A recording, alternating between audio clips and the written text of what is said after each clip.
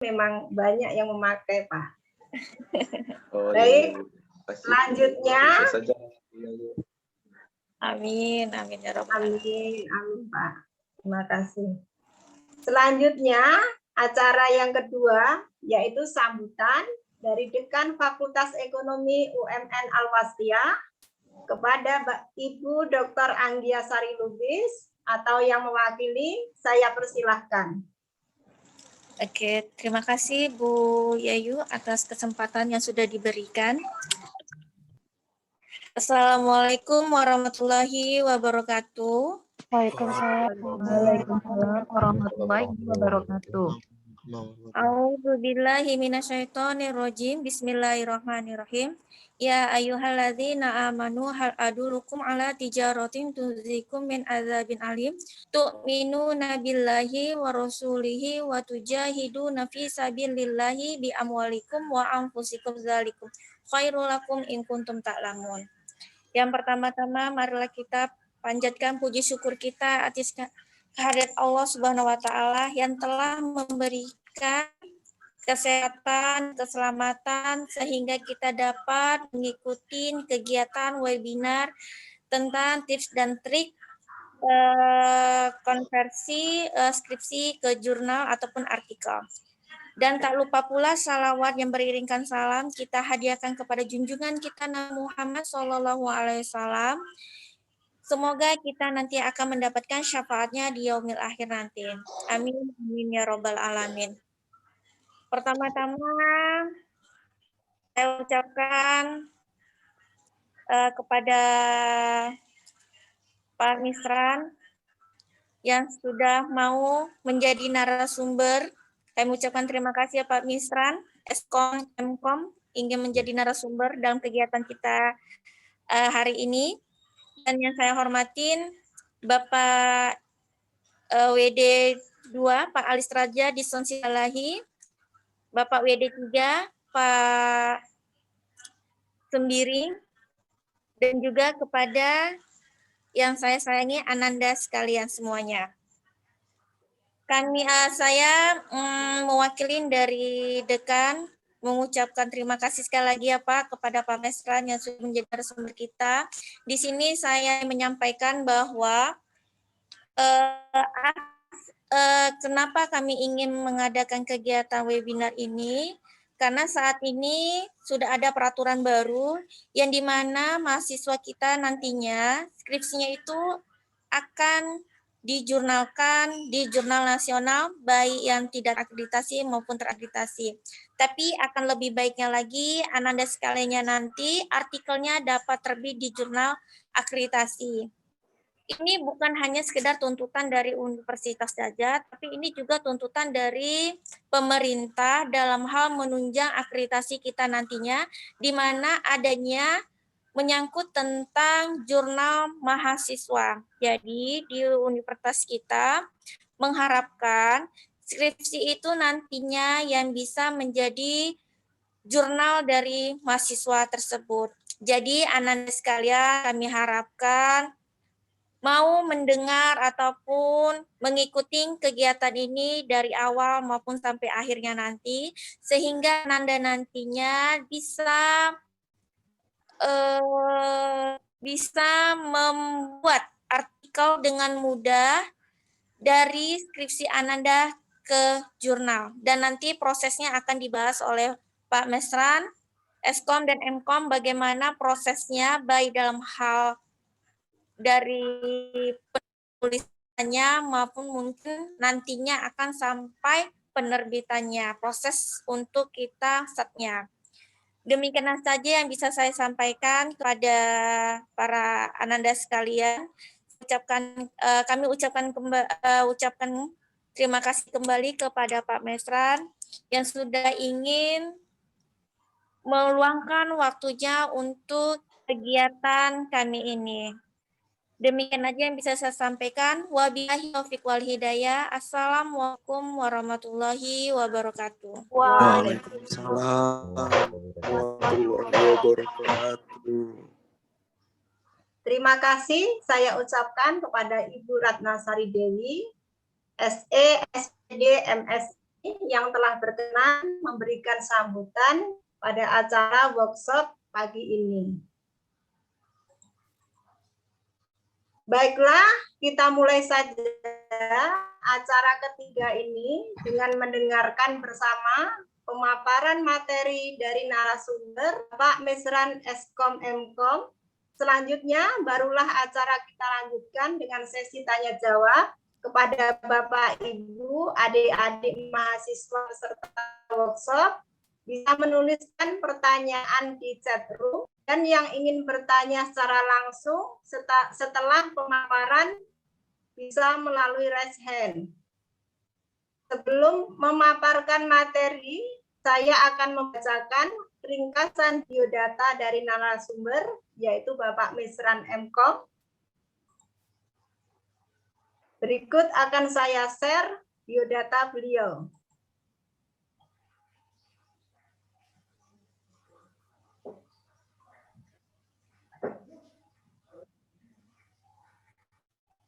Apakah sudah terlihat di layar? Sudah, Bu. CV beliau. Sudah, Bu. Baik, terima kasih. Akan saya bacakan secara ringkas. Nama Mesran Mkom, lahir di Medan 24 Agustus 1978, alamat di Perumahan Citra Anugrah Permai, Jalan Ayani Mutoli, Pasar 4, Maryland, Medan. Untuk pendidikan, S1 beliau tempuh di Ilmu Komputer Universitas Putra Indonesia. Untuk S2 atau Magister, Universitas Putra Indonesia dengan mengambil konsentrasi di Magister Komputer, dan sekarang beliau sedang menempuh pendidikan doktor di Ilmu Komputer Universitas Sumatera Utara. Masa kecil beliau untuk sekolah dasar, SMP, STM ini di Sumatera Barat dan Bengkulu. Untuk pengalaman kerja, ini beliau pernah di perusahaan PT Cahaya Tunggal Abadi, lalu pengalaman di bidang akademik menjadi Direktur 1 Akademik Amix Tiekom Sumatera, lalu bidang akademik STIMIK Budi Dharma, dan sekarang beliau menjabat sebagai rektor pada Universitas Budi Dharma. Untuk pengalaman mengajar, beliau mengajar di beberapa universitas, Universitas Budi Dharma, STIMIK Budi Dharma, Mikroskill, Potensi Utama, STIMIK Logika, dan Universitas Pembangunan Pancabudi. Pengalaman beliau, karya-karya beliau, ini ada buku yang terkait dengan teknik informatika, ada 3 buku. Beliau ini sangat produktif. Artikel-artikel jurnal yang sudah dipublish, ini banyak sekali. Ya, dipublish secara internasional, baik sebagai koresponden autor maupun koautor. Terlihat sangat aktif dan produktif dalam tiap tahun. Ini tahun 2017, tahun 2016, tahun 2018 di jurnal internasional. Lalu untuk international conference, ini juga sangat banyak sekali, baik sebagai koresponden autor maupun koautor tahun 2017 sampai dengan tahun 2018-19, ya, ini sangat produktif sekali beliau berkarya. Lalu untuk artikel ilmiah pada jurnal terakreditasi di SIMTA, ini sebagai koautor, sebagai koresponden autor atau penulis pertama, ini pada SIMTA 2, SIMTA 3, dan SIMTA 5. Untuk artikel ilmiah nasional yang terindeks, ini juga banyak sekali, bisa terlihat. Ya. Artikel seminar nasional, ini juga terkait dalam bidang informatika.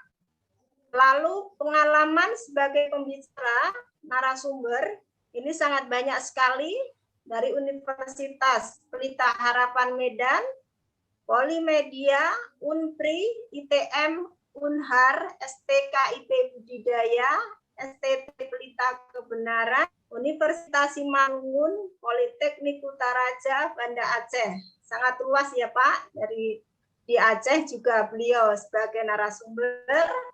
Lalu pengalaman dalam reviewer jurnal, ini juga banyak dari Tunas Bangsa Pematang Siantar, Stimik Royal, Stimik Indonesia, Stikom Indonesia, dan pengalaman mengelola seminar nasional internasional, Stimik Budi Dharma, FKPT. Nah, ini juga tentunya masih dalam bidang yang sama, yaitu pada informatika. Berarti tidak salah pada pagi hari ini kita mengundang yang memang betul-betul expert dan kompeten dalam bidang penulisan jurnal ilmiah. Demikian singkat saja untuk pembacaan biodata dari beliau. Untuk selanjutnya, kita akan mendengarkan pemaparan materi dari narasumber. Kepada yang terhormat Bapak Mesran Mkom, waktu saya persilahkan. Assalamualaikum warahmatullahi wabarakatuh. Selamat pagi Bapak Ibu semuanya dan adik-adik sekalian. Suara saya bisa didengar kan Bu? Bisa Pak. Bisa Pak. Ya. Terima kasih pada pagi hari ini telah diundang oleh Universitas Muslim Nusantara Al-Wasli Medan yang pada hari ini diberikan kepercayaan untuk diskusi, sharing pengetahuan, ilmu. Ada adik mahasiswa, ya, mungkin khususnya ini ada yang sedang menempuh skripsi ataupun yang sedang di semester 6 juga sepertinya ya. Dimana di sini tips dan trik mengkonversi skripsi menjadi artikel jurnal ya. Izin Bapak, izin Bu, saya mau share screen. Oh bisa. Oke.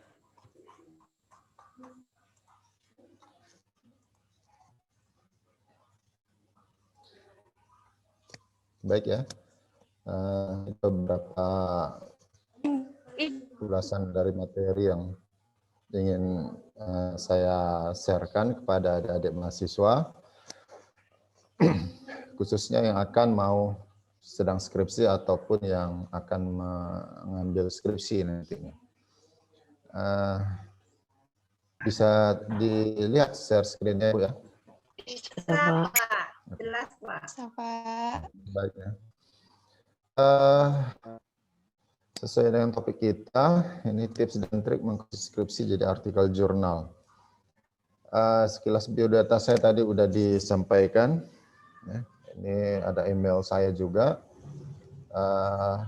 Berhubung kita berada di sisi akademik, ya, pendidik, jadi beberapa ini istilahnya akun researcher ya, akun researcher peneliti, ada email, mana ada Google Scholar ID, kemudian ada Scopus ID, ada Sinta ID. Jadi beberapa dosen pendidik yang ada di perguruan tinggi wajib memiliki ini harusnya. Ini merupakan track record saya di Google Scholar, scholar.google.co.id. Kemudian ini di Science and Technology Index yang ada di ristekbrin.go.id, mana nanti semua profil dari semua pendidik, ya, peneliti, ya, dosen, ya, bisa terlihat di sinta ristekbrin.go.id. Ya. Kita awali dulu dengan pengantar, ya, sesuai dengan di topik awal artikel jurnal ya. Saya ingin memberikan pemahaman dahulu apa yang dimaksud dengan artikel, apa yang dimaksud dengan jurnal. Ya. Di sini ada artikel ilmiah, ada jurnal ilmiah. Nah, kalau skripsi, saya yakin adik-adik mungkin udah paham ya. Skripsi bisa dilihat, baca di perpustakaan juga ada. Mungkin juga bisa dilihat di repositori kampus, di mana nantinya repositori ini akan menampilkan semua judul-judul skripsi yang pernah dibuat oleh mahasiswa. Apa antara artikel ilmiah dan jurnal ilmiah? Nah, di sini artikel ilmiah merupakan tulisan ilmiah yang sistematis, itu bisa berbentuk kajian atau ulasan, atau banyak orang mengatakan artikel review, ya, maupun hasil dari penelitian atau research artikel. Kalau misalnya hasil dari penelitian berarti yang dari skripsi, mana dia laporan hasil penelitian yang ditulis kembali oleh para penulisnya untuk dipublikasikan dalam jurnal ilmiah. Ya. Jadi bisa dipublikasikan dalam jurnal ilmiah ataupun book chapter. Book chapter ini buku-buku kumpulan dari artikel ilmiah. Ya. Jadi nantinya suatu artikel ilmiah yang dari kajian tadi ataupun hasil penelitian itu dapat dipublikasikan dalam suatu jurnal ilmiah. Jadi jurnal ini suatu tempat publikasinya, ataupun nantinya bisa dimasukkan ke dalam buku-buku bab ya, atau book chapter. Nah, kalau jurnal ilmiah ini adalah suatu publikasi yang diterbitkan secara berkala, ya, baik online maupun print, oleh suatu organisasi profesi atau institusi akademik yang memuat artikel-artikel ilmiah. Jadi di sini sangat berbeda sekali yang dimaksud artikel ilmiah dan jurnal ilmiah. Jadi nanti yang adik-adik buat itu nantinya mengkonversi skripsi jadi artikel ilmiah yang nantinya akan dipublikasikan ke dalam suatu jurnal ilmiah seperti tadi disampaikan. Oke. Kemudian tadi setelah disampaikan kepada Ibu Wakil Dekan bahwa ada suatu aturan baru, ya. Mungkin yang pertama aturan yang ada di Universitas Muslim Nusantara Al-Wasliyah itu sendiri. Yang kedua, aturan yang ditetapkan oleh Kemenristek-Dikti. Gitu. Namun pada dasarnya aturan itu bukan ada di beberapa tahun ini saja ya. Sebenarnya aturan tersebut ya sudah dibuat di tahun 2012 ya. Di tahun 2012 di mana di situ tentang publikasi karya ilmiah. Untuk lulus program sarjana harus menghasilkan makalah yang terbit pada jurnal ilmiah. Nah, ini sebenarnya aturan yang ada di tahun 2012 itu sudah ada bahwa seorang mahasiswa yang mau lulus di program sarjana wajib menghasilkan makalah, artikel ataupun paper di mana makalahnya itu dipublikasikan pada jurnal ilmiah. Nah, ini di tahun 2012. Namun banyak dari perguruan tinggi yang belum bisa menetapkan aturan ini untuk mahasiswa S1-nya ya. Tapi kalau untuk yang magisternya atau doktornya udah lama dibuat aturan, udah lama diberlakukan. Kalau untuk S1 sih belum sanggup pada tahun 2012. Ya. Nah, ya dan sampai saat ini juga ya. Memang belum semuanya bisa mengikuti aturan ini tadi, gitu. Belum semuanya bisa. Gitu. Nah, dipertegas kembali di tahun 2018 oleh pemerintah bahwa sarjana ataupun sarjana terapan di sini wajib mengunggah skripsinya pada laman perguruan tinggi. Artinya skripsi yang tadi yang tidak dipublikasikan dalam bentuk artikel ilmiah itu wajib diunggah ke dalam laman perguruan tinggi. Biasanya ini yang dikenal dengan namanya repository. Ya, repository gitu.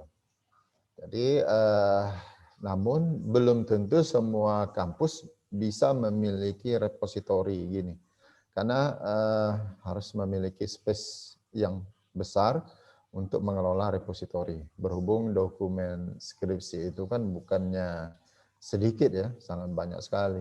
Minimal satu skripsi itu ada yang sampai 1 mega. Jadi cukup banyak sekali nanti membutuhkan space terhadap suatu media penyimpanan. Nah, kalau tidak diunggah ke dalam repository, ada dipublikasikan. Jadi pilihannya ada 2 di tahun 2018 ini. Nah, kalau di Budi Dharma sendiri, dia memilih yang dipublikasikan di jurnal nasional gitu, dibanding di repository. Kenapa? Pada dasarnya kalau diunggah di repository itu sangat memberatkan sekali. Misalnya kalau skripsi adik-adik masih terindikasi plagiat, itu sangat berbahaya gitu. Karena yang dibuat itu, yang ditampilkan itu kan 80 halaman. Kalau 50% terindikasi plagiat, itu sebenarnya bisa dibatalkan gelar akademiknya atau dicabut gelar akademiknya. Namun kalau misalnya dipublikasikan di jurnal nasional yang cuma 10 lembar, ini bisa diperbaiki lagi gitu.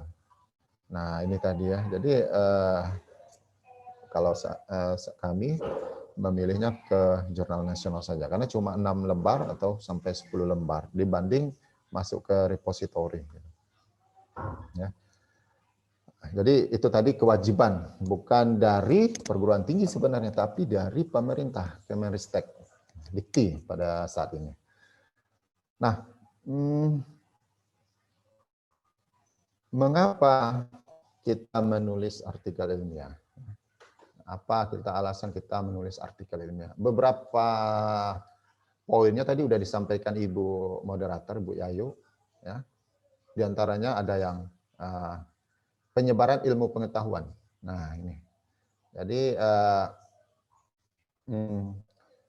tujuan dari perguruan tinggi, ya, tujuan dari perguruan tinggi diantaranya mampu menerapkan, mengembangkan, dan menciptakan ilmu pengetahuan. Jadi tujuan suatu perguruan tinggi, baik dia sekolah tinggi maupun universitas maupun akademik dan sebagaimana lainnya, tujuannya paling utama itu tadi menerapkan,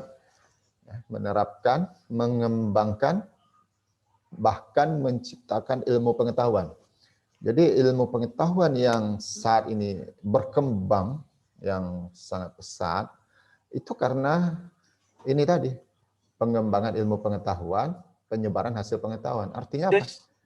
Skripsi yang adik-adik buat itu akan sangat bermanfaat sekali apabila disebarkan ke dalam suatu publikasi jurnal. Ya, bukan hanya tersimpan di repository atau di perpustakaan yang cuma dalam hard copy. Nah, ini tadi. Jadi inilah alasan-alasan kenapa kita mempublish artikel gitu. Yang pertama ini menyampaikan ide dan gagasan penulisnya, autor. Ya kan? Jadi ini nantinya diinformasikan, disampaikan kepada orang lain dalam bentuk suatu tulisan. Kemudian meningkatkan wawasan, ya, baik penulis maupun pembaca. Jadi orang yang membaca tulisan kita itu lebih memahami kembali lagi terhadap apa yang sedang berkembang. Contoh yang kemarin itu waktu tahun 2020 perkembangan COVID ya, yang ada masuk ke Indonesia. Sebelumnya di 2019 artikel ilmuwan yang ada di Wuhan ya, di lab Wuhan itu sudah menulis artikel dia tentang bahayanya virus COVID itu tadi gitu. Jadi berkembang di 2020. Nah, 2019 itu di Wuhan itu seorang peneliti sudah menulis tentang COVID itu tadi gitu. Nah, itu tadi. Jadi kalau kita selalu ilmu pengetahuan yang disampaikan oleh seorang peneliti, kita akan menambah wawasan kita. Gitu. Memenuhi tugas dalam studi, seperti tadi skripsi, kewajiban untuk dipublikasikan. Kemudian pengembangan ilmu pengetahuan. Nah, pengetahuan yang berkembang sampai saat ini karena dipublikasikan. Salah satu contohnya lampu. Ya, salah satu contoh lampu. Thomas Alva Edison, mungkin kita kenal dia penemu dari bola lampu gitu. Pada dasarnya kalau dirunut balik lagi, bukan hanya dia sendiri penemunya gitu. Dia salah seorang peneliti yang aktif dalam pengembangan ilmu pengetahuan sehingga dia yang dikenal. Oh, penemu bola lampu itu Thomas Alva Edison. Padahal sebelum-sebelumnya banyak lagi peneliti-peneliti sebelumnya yang pernah membahas tentang lampu juga gitu. Jadi bukan kontribusi dia seorang saja, tapi dari beberapa ilmuwan yang dia perbaiki, kembangkan sehingga seperti yang kita lihat saat ini. Penyebaran hasil penelitian. Nah, penelitian ini wajib disampaikan, gitu ya. Wajib disampaikan, wajib diinformasikan ke khalayak ramai, gitu. Jadi bukan hanya untuk konsumsi personal saja atau institusi, tidak gitu, atau sebagai kewajiban studi saja, tidak gitu. Tapi sebenarnya ini penyebaran hasil penelitian tadi untuk penambah ilmu pengetahuan. Nah, kalau di beberapa peneliti dia meningkatkan karir bagi dosen, meningkatkan karir. Nah, tadi disampaikan lagi oleh Bapak Khaidir, semoga skripsi yang dipublikasikan jadi jurnal ini menambah peringkat akreditasi institusi. Ini dia juga tadi. Ya. Kemudian pengakuan profesional gitu. Jadi kalau misalnya peneliti dia membahas satu bidang kajian saja, dia akan diakui secara profesional bahwa dia bidangnya itu gitu. Bapak ini, ya kan? Nah, itu tadi. Kemudian menghindari pencurian ide dan gagasan. Artinya maksudnya ini gini. Adik-adik membuat suatu skripsi dengan judulnya XYZ misalnya, disimpan di perpustakaan. Kalau itu tidak dipublikasikan, bisa saja ya mahasiswa kampus lain mencuri ide yang ada di skripsi tadi gitu. Karena skripsi itu tidak disebarkan dan itu akan memberikan peluang atau celah kepada orang lain untuk mempublikasikan skripsi yang orang lain buat gitu. Ini tadi maksudnya pencurian ide dan gagasan gitu. Nah, jadi wajib dihindari gitu. Apabila kita udah publis ke artikel ilmiah, ide kita itu udah dibaca oleh orang lain gitu, sehingga akan sulit untuk dicuri.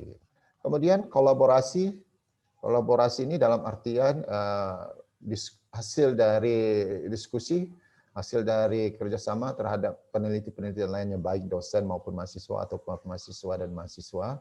Nah, ini tadi. Jadi meningkatkan silaturahmi juga ini tadi. Kemudian amal jariah seperti yang disampaikan Ibu Yayu tadi. Jadi amal jariah itu ya amal yang tidak putusnya gitu. Jadi skripsi, artikel ilmiah yang dipublikasikan tadi dibaca oleh orang lain dan orang lain mendapatkan manfaat, kebermanfaatan terhadap artikel tadi, ya kan, otomatis adik-adik yang mempublikasikannya akan mendapatkan pahalanya juga gitu. Jadi amal jariah itu bukan hanya dalam bentuk uang yang kita sumbangkan ke masjid untuk membangun masjid atau apa gitu, tapi pengetahuan gitu. Mungkin dalam hal yang sangat sederhana saja, misalnya tulisan-tulisan ilmu yang disampaikan di media WordPress atau Blogspot itu sebenarnya memberikan manfaat yang sangat luar biasa kepada pembacanya. Nah, ini tadi amal jariah. Apalagi hasil dari penelitian gitu, hasil dari penelitian. Nah, ini alasan mengapa kita wajib menulis sebenarnya, bukan hanya menulis dalam bentuk skripsi saja yang tidak dipublikasikan. Oke. Bagaimana sih struktur dari suatu artikel ilmiah? Di sini ada beberapa poin struktur dari suatu artikel ilmiah. Ya. ada judul, kemudian ada author atau penulis. Ya, di penulis ini ada afiliasi ini perguruan tinggi asal, alamat atau emailnya juga, ada korespondensi, ya, pengirim penulis berhubungan dengan pembaca, ya, ini korespondensi. Gitu. Kemudian di artikel ilmiah memiliki abstrak, di mana abstrak itu juga ada kata kunci. Kemudian ini biasa dikenal dengan namanya IMRAD. IMRAD. IMRAD itu Introduction, Material and Methods, Result and Discussion, kemudian Conclusion. Ya, IMRAD-nya. Kalau dalam suatu artikel ilmiah dikenal dengan IMRAD. IMRAD ini struktur dari suatu penulisan. Sama dengan di skripsi. Skripsi itu kan ada bab 1 apa, bab 2 apa, bab 3 apa, ada halaman cover, halaman pengesahan, itu struktur penulisan dari suatu skripsi. Begitu juga naskah ilmiah. Pada dasarnya sama, semua artikel ilmiah yang dipublikasikan modelnya seperti ini. Ada acknowledgement, penghargaan. Ya, kemudian ada daftar pustaka atau referensi. Jadi suatu penulisan ilmiah memiliki struktur seperti ini. Gitu. Nah, kalau suatu skripsi sendiri, ya biasanya dokumennya seperti ini gitu. Ini saya ambil di Fakultas Farmasi UMN ya, modelnya. Di pedoman akademinya ada seperti ini. Isi dari suatu skripsi ada ini. Ya. Ada abstraknya, ada pendahuluannya, ada tinjauan pustaka, atau mungkin ada di tempat lain landasan teori, atau nanti tempat lain itu kajian pustaka. Ya. Kemudian ada metode penelitian, ataupun nanti di tempat lain ada metodologi penelitian. Ya. Kemudian ada hasil penelitian dan pembahasan. Nah, mungkin di tempat lain kan analisa dan hasil. Mungkin. Kemudian ada kesimpulan, kemudian ada saran, kemudian ada daftar pustaka. Secara garis besar, suatu skripsi pasti memiliki ini, strukturnya. Nah, jadi kalau lihat dari struktur artikel ilmiah, tidak jauh berbeda. Ya, tidak jauh berbeda. Oke. Nah, kita masuk ke satu-satu bagian tersendiri. Apa judul? Ya. Di sini judul itu terdiri dari 12 sampai 16 kata. Di mana dia harus menarik minat pembaca. Lugas ini artinya tidak bertele-tele, dan informatif itu memberikan ada masalah dan ada solusinya gitu. Nah, informatif dia.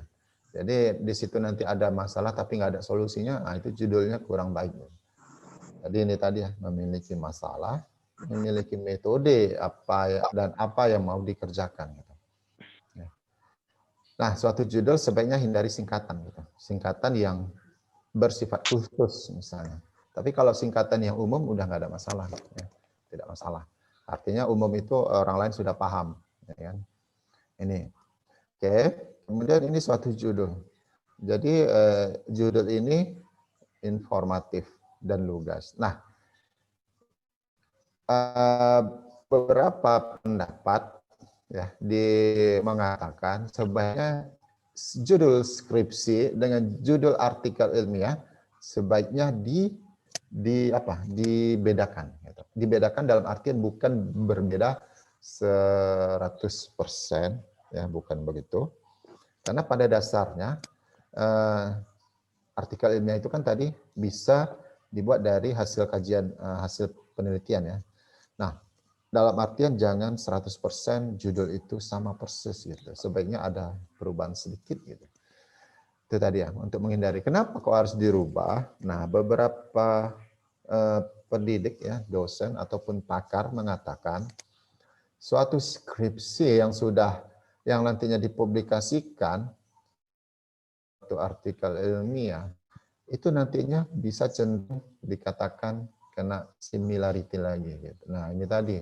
Jadi di Indonesia ini agak sedikit aneh gitu. Sedikit aneh dalam artian kita yang menulis skripsi, kemudian kita yang publis ke jurnal, Pas orang lain ngecek, orang bilang itu sama dengan skripsinya gitu. Padahal tujuan kita adalah skripsi itu disebarkan dalam bentuk artikel ilmiah gitu. Tapi ada beberapa pakar yang mengatakan itu jangan sama persis gitu. Ya, jangan sama persis karena bisa nantinya terindikasi terkena similarity gitu. Kenapa begitu? Alasan pakar tersebut adalah kalau skripsi itu dimasukkan ke repository, kemudian skripsi itu dipublikasikan dalam bentuk artikel ilmiah, kalau dicek nantinya itu kena di repository gitu. Nah, kena di repository kampus gitu. Ya, kenapa? Nantinya ujung-ujungnya larinya ke hak cipta, ya kan? Hak cipta. Hak cipta itu siapa yang bisa pegang? Kampusnya, mahasiswa sebagai penulisnya, atau artikel jurnal tempat publikasinya. Nah, ini tadi pertentangannya di situ. Itu beberapa alasan dari pakar gitu. Tapi di samping itu semua banyak juga yang judul skripsinya itu dipublikasi dalam suatu jurnal, judulnya sama gitu. Ya, sampai saat ini cuma pertentangan seperti itu aja, tidak sama sekali. Oke, itu judul. Kemudian abstrak. Ya, abstrak maksimum, ini maksimum ya.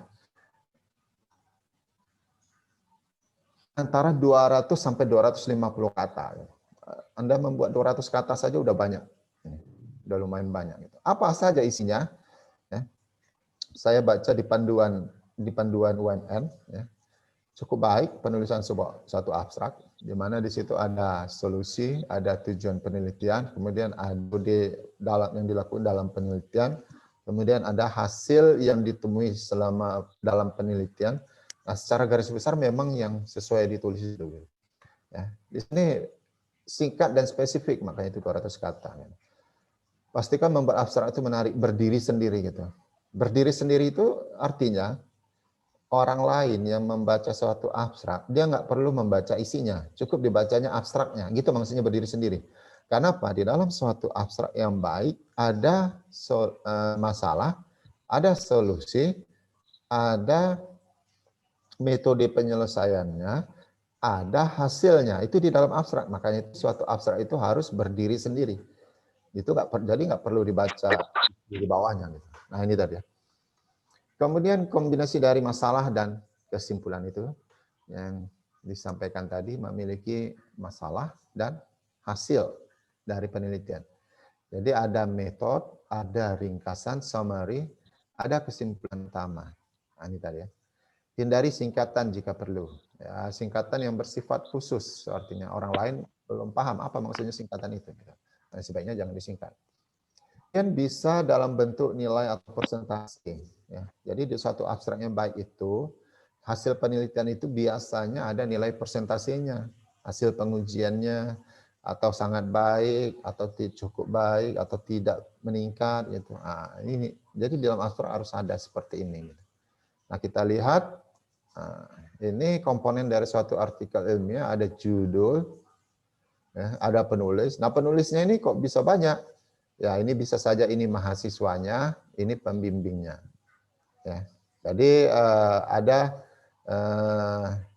ibaratnya pembimbing ini wajib disertakan di dalam penulisan artikel ilmiah. Ya, kenapa? Yang membuat skripsi kan mahasiswa, memang betul membuat skripsi itu mahasiswa gitu. Tapi dia menjadi suatu skripsi tidak terlepas dari saran, masukan, kritik daripada pembimbing. Jadi pembimbing ini sebenarnya dia bertanggung jawab terhadap isinya gitu. Ya, bertanggung jawab terhadap isi dari skripsi yang Anda buat. Makanya itu dia sebenarnya berhak disertakan di penulisan itu. Ya. Jadi bukan hanya di skripsi saja. Itu tadi ya. Jadi ini juga sebagai suatu kontribusi ya pembimbing kepada keberhasilan penulisan artikel ilmiah ini tadi gitu. Jadi inilah dia penulisnya tadi. Nah, penulis yang ada di satu artikel ilmiah ini yang bagusnya itu antara 3 orang sampai 5 orang gitu. Jangan sampai banyak sekali. Ya. Nah, itu tadi ya. Jadi biasanya ada mahasiswa, ada pembimbing gitu. Kemudian ini autor ya, penulis. Kemudian ada afiliasi. Afiliasi ini ada fakultasnya, ada prodinya, ada universitasnya, ada lokasinya, ada negaranya. Nah, ini afiliasi. Kemudian ada email, ya. Kemudian ada korespondensi, ini korespondensi. Ya, yang dimaksud tadi. Korespondensi berarti orang autor yang berhubungan dengan pembaca nanti, jadi bisa di email ke sini gitu.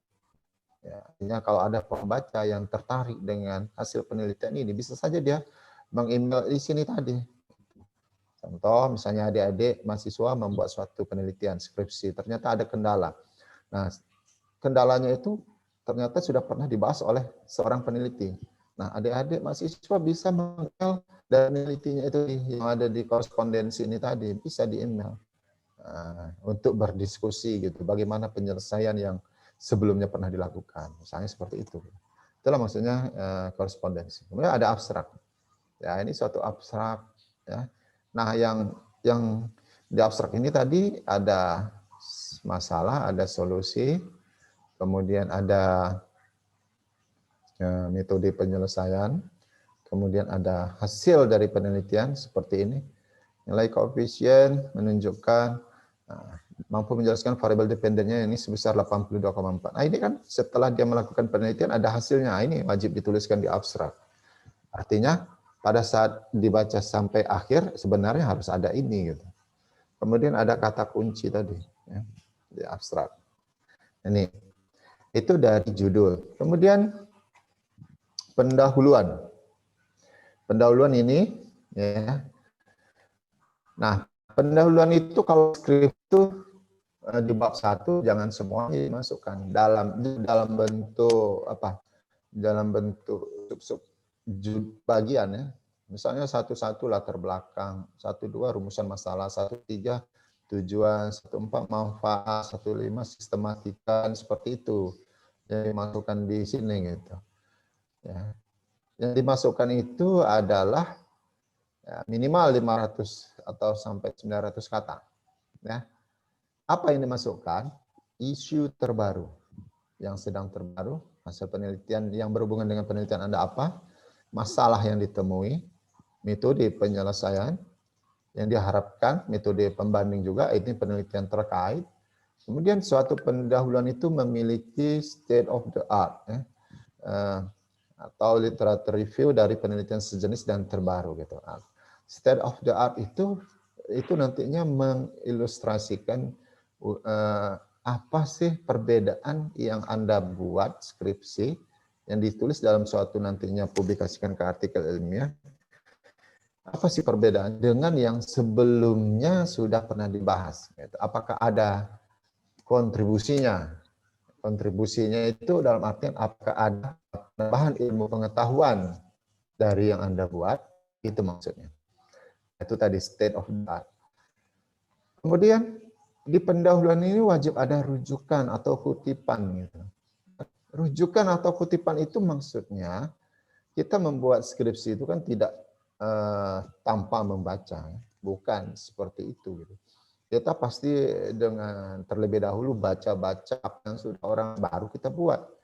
Ya, jadi kalau bahasa yang paling sederhananya seperti ATM, diamati dulu, ya kan? Tapi bukan ditiru gitu. Amati dulu. Amati itu artinya baca dulu dari penelitian yang sebelumnya, baru kemudian ditulis. Baik dibaca yang ada di buku maupun baca di hasil penelitian. Nah, rujukan kutipan ini diharapkan itu ada di pendahuluan. Karena semua yang kita tulis di pendahuluan itu atau di skripsi itu bukan murni dari kalimat kita Yang sendiri. besar kan ada yang 2 hari di jadwal.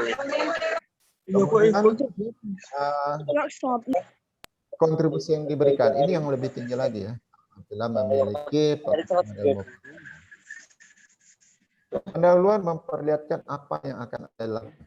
Ya, menyatakan tujuan akhir yang seharusnya akan dicapai, kemudian tidak memiliki sebagian. Jadi di suatu artikel ilmiah di bagian introduction atau pendahuluan jangan ada sub-subnya lagi. Semuanya ditulis dalam deskripsi paragraf. Ya.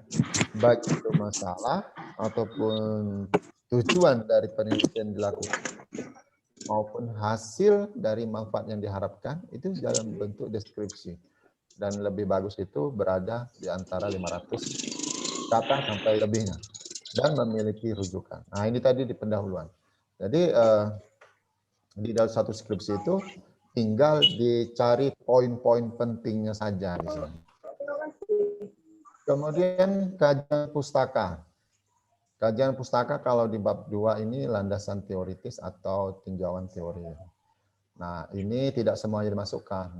Jadi kalau di skripsi biasanya teoritis ini sampai 20 halaman ini. Nah, sebaiknya di artikel ilmiah itu cuma 500 kata gitu. Ya, kalau di kajian pustaka memiliki subbagian. Ya, ada subbagian. Misalnya sesuai dengan topik utama. Ya, nanti ada 2 kajian pustaka, 2.1 apa topik yang pertama, 2.2 apa topiknya, 2.3 apa topiknya, itu boleh. Ya kan? Dia mengulas tentang teoritis yang telah dikaji, ya, paham ya? Teoritis yang telah dikaji. Dikaji di sini maksudnya yang telah dipahami dan diungkapkan kembali dalam bentuk kalimat Anda sendiri gitu. Bukan menulis apa yang tertulis. Ya, jangan menulis apa yang tertulis gitu. Misalnya kalian membaca topik tentang earning, ya, pendapatan.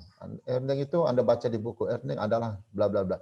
Apa yang tertulis di buku Anda tulis gitu. Sebenarnya nggak boleh begitu. Dan itu dilarang dan itu salah. Jadinya Anda baca dulu, baru Anda pahami, baru Anda tulis. Nah, itulah yang dinamakan teknik parafrase gitu. Yaitu pengutipan dengan menggunakan kata-kata sendiri untuk mengungkapkan ide yang sama.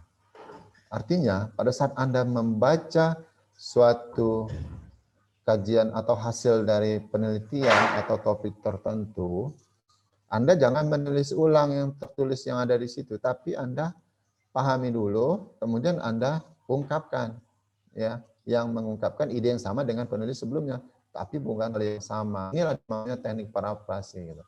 Tujuannya untuk apa? Menghindari yang namanya plagiat. Plagiat itu copy paste. Copy paste itu bukan Ctrl C dan Ctrl V aja gitu. Kita menulis yang tertulis itu plagiat juga namanya, ya. Walaupun tidak di Ctrl C atau di Ctrl V ya. Itu. Kemudian menggunakan rujukan atau kutipan sesuai dengan style rujukan jurnal. Jadi kalau adik-adik mahasiswa mungkin style dari social science ini apa ya? Apa style gitu, modelnya. Saya lihat di panduan seperti itu gitu. Bisa disertakan juga penelitian terkait. Ya. Jadi di dalam kajian pustaka ada juga penelitian terkait, penelitian terdahulu gitu.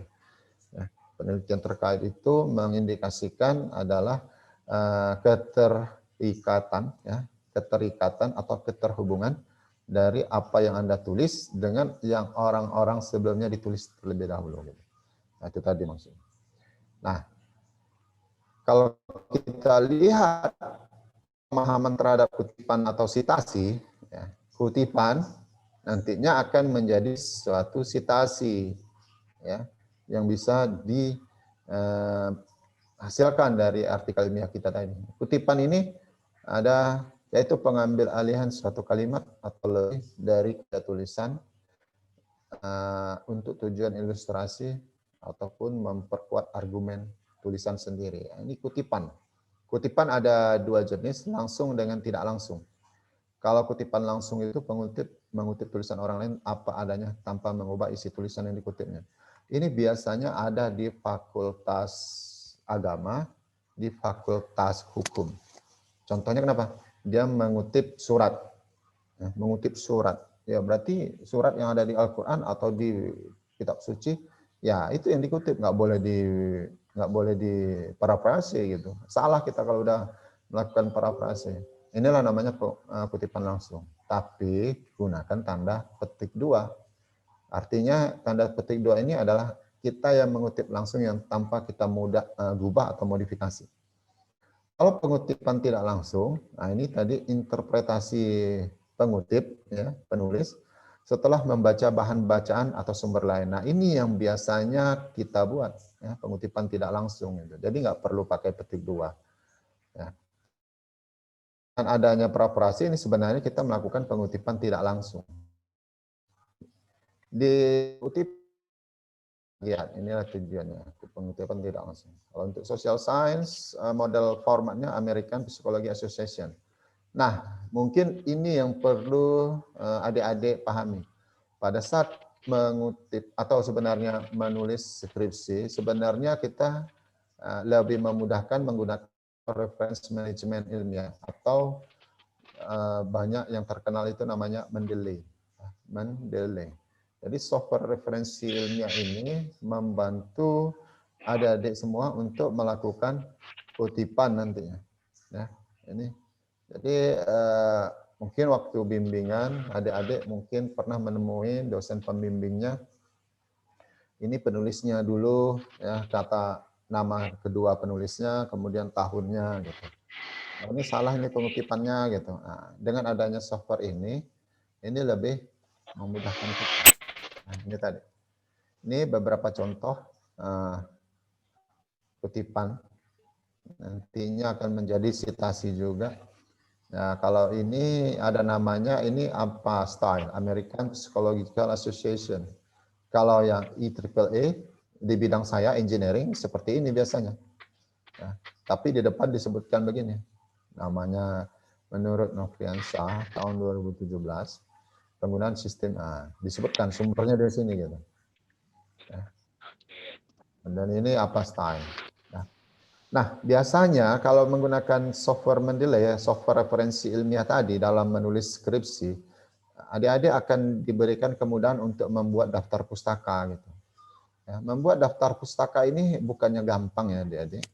Karena apa? Aturannya kalau di apa style itu dia harus urut. Abjadnya ikut dia, A-nya dulu, ya kan, B-nya dulu, C-nya dulu, abjad dia sampai Z gitu. Nah, permasalahannya adalah kadang tidak semua kutipan yang kita buat deskripsi itu tertulis, ya kan? Kan cukup repot, kita udah membuat di bab 1, bab 2, bab 3, rupanya di 3 bulan, 4 bulan kemudian baru kita buat ini, daftar pustakanya. Nah, ini bukan pekerjaan yang mudah menulis sendiri. Namun dengan menggunakan Mendeley tadi cukup diberikan kemudahan, ya. Cukup diberikan kemudahan. Mungkin di sini saya coba ya. Di sini ada ini software Mendeley ya. Mendeley for desktop, mungkin bisa dilihat oleh adik-adik semuanya. Ini coba saya buka. Ya.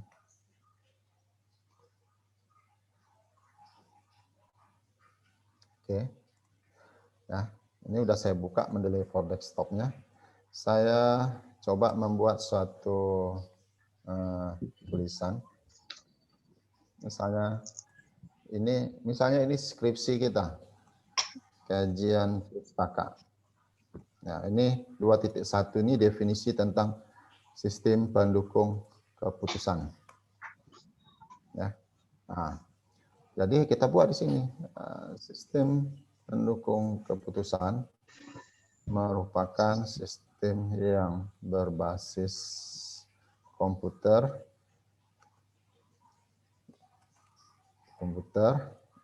yang dapat memberikan dukungan penyelesaian masalah ya yang dihadapi oleh manajemen misalnya. Nah, misalnya saya membuat skripsi di bab 2.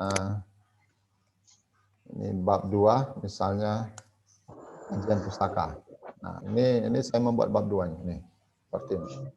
Nah, biasanya adik-adik kan membuatnya begini. Tony harus kata kedua dulu, baru tahunnya. Nah, seperti ini. Biasanya kan begini.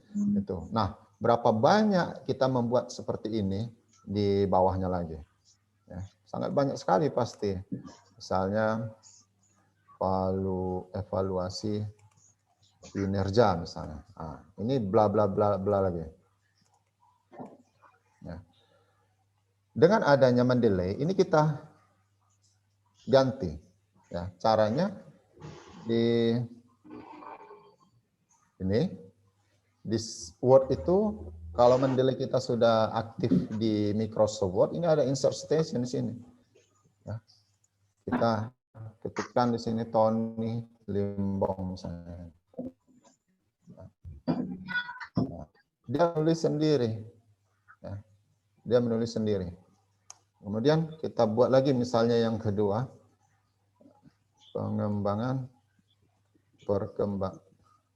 saat ini perkembangan dari nah ini sebaiknya bisa kita buat ya. SPK cukup banyak, berapa di antaranya dalam bidang manajemen, teknik, informatika, dan lainnya. Nah, misalnya ini saya mengambil dari bukunya Turban. Nih, saya mengambil dari bukunya Turban. Nah, saya tidak perlu menulis lagi apanya ya dari penulisnya, tahunnya gitu. Karena semuanya harus kita masukkan di Mendeley ini tadi gitu. Ini membantu adik-adik harusnya di dalam penulisan skripsi ya, sangat membantu sekali gitu. Apalagi nanti kalau skripsinya udah selesai dijadikan dalam bentuk jurnal. Ya.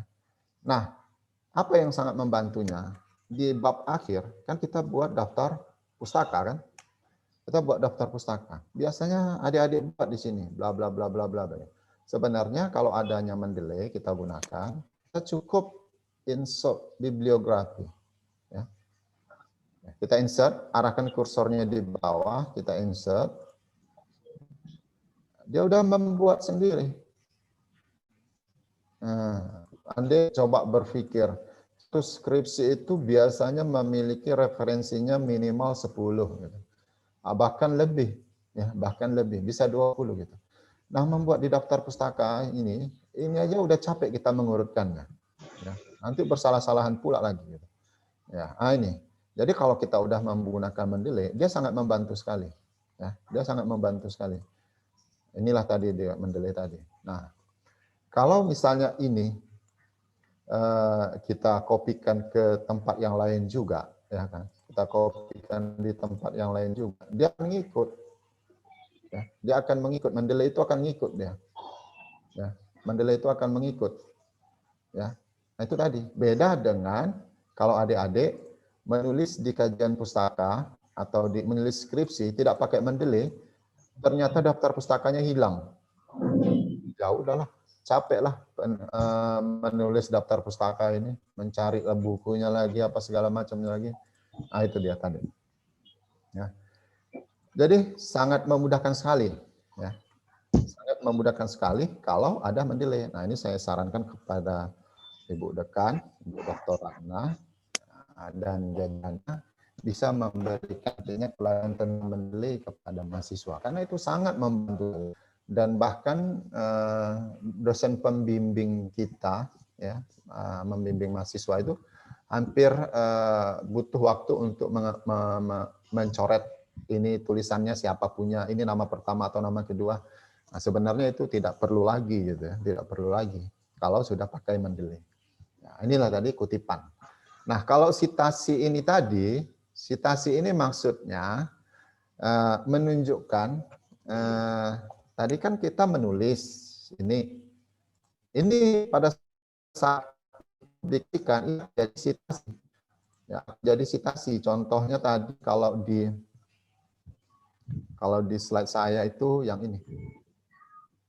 Nih. Ya. Adik-adik bisa lihat ini kutipannya. Maksudnya ada 2.701 kutipan yang di artikel, bisa artikel saya sendiri ataupun artikel orang lain gitu. Jadi 2.700 kutipan gitu. Nah, tadi kan dikatakan kebermanfaatan suatu skripsi itu kan kurang gitu. Hanya untuk personal yang membuatnya saja gitu. Tapi tidak ada untuk kampus. Kalau misalnya ada mempublikasikan artikel ilmiah dari skripsi tadi, berarti bagaimana melihat kebermanfaatannya ya dari pengutipan ini tadi gitu. Itu ya, semakin banyak ini dikutip oleh orang lain, berarti sebenarnya topik itu semakin bermanfaat oleh orang lain. Itu maksudnya kebermanfaatan tadi. Nah, itu yang dimaksud dengan citasi. Ya, oke. Metodologi penelitian. Kalau di skripsi adik-adik, judul babnya ini metode penelitian gitu.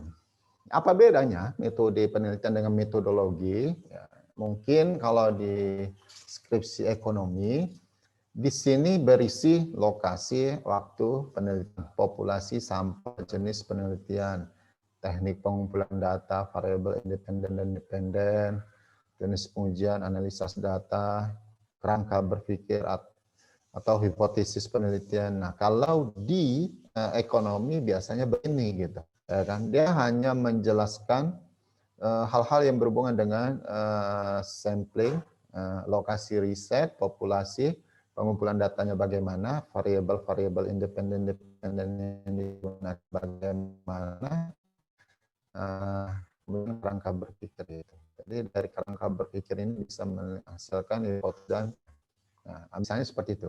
Tapi itu kalau di metode penelitian ya. Kalau di metodologi ini kan metode-metode yang digunakan di dalam melakukan penelitian. Jadi bukan hanya satu metode. Kalau metode kan cuma satu gitu.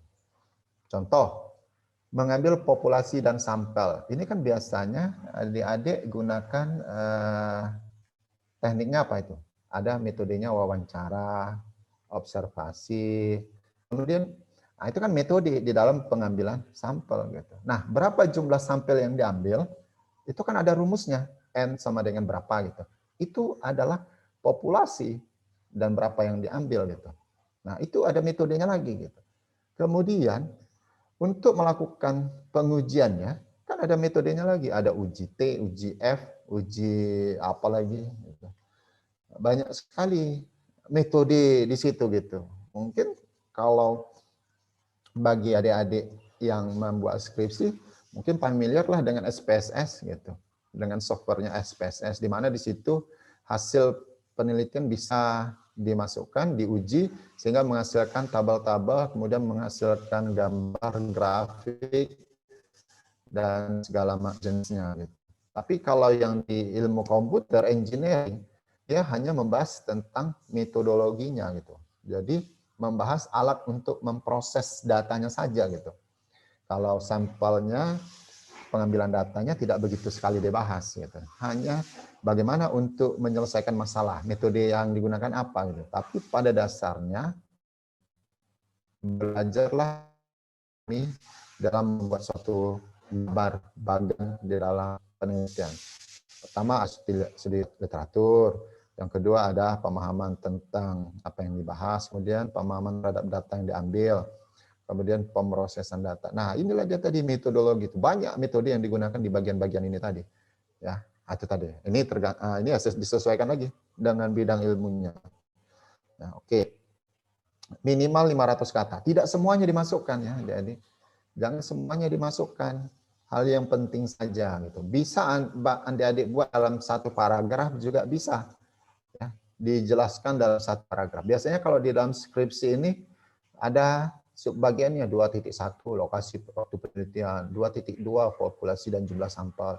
2.3 jenis penelitian, 2.4 teknik pengumpulan data. Nah, itu kalau di artikel ilmiah sebaiknya dibuat aja dalam satu paragraf, tapi dijelaskan, ya, dijelaskan tentang hal-hal yang ini tadi, itu tadi. Nah, yang paling mungkin yang berbeda sendiri bagiannya ini hipotesis penelitian. Nah, ini kan kadang ada satu hipotesa, ada dua, ada tiga, ya kan? Nah, itu lebih dari satu. Nah, ini bisa dibuat dalam satu subbagian. Nah, kerangka berpikir. Nah, ini juga bisa digabungkan dalam satu deskripsi sendiri, paragraf atau berdiri sendiri bisa. Ya, itu tadi. Oke, ini metodologi penelitian. Di skripsi mungkin ada istilahnya metode penelitian. Jangan semuanya diambil. Ya, mungkin di skripsi metode penelitian itu bisa sampai 10 halaman. Kalau di artikel ilmiah cukup setengah halaman saja.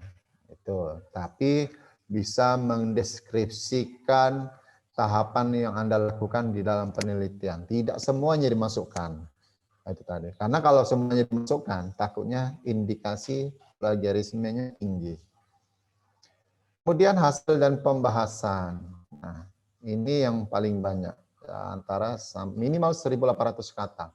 Jadi kalau di ekonomi ini banyak sekali dari data awal, ya, ya, data sampel dimasukkan sampai dia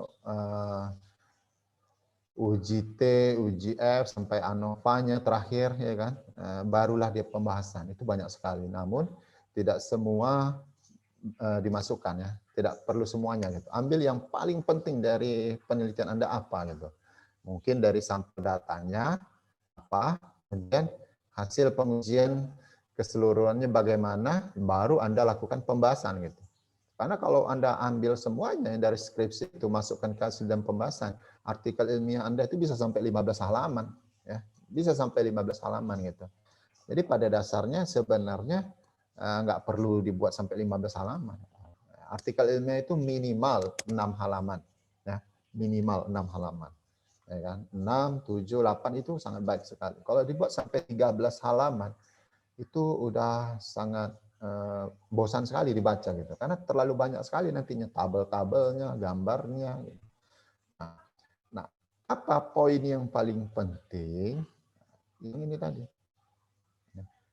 Penulisan suatu gambar atau tabel itu terlebih dahulu diberikan penjelasannya terkait gambar ataupun tabel yang dimaksud. Jangan ambil tabelnya, tinggal pastikan artikel ilmiahnya, udah selesai, beri penjelasan di bawahnya, nggak boleh.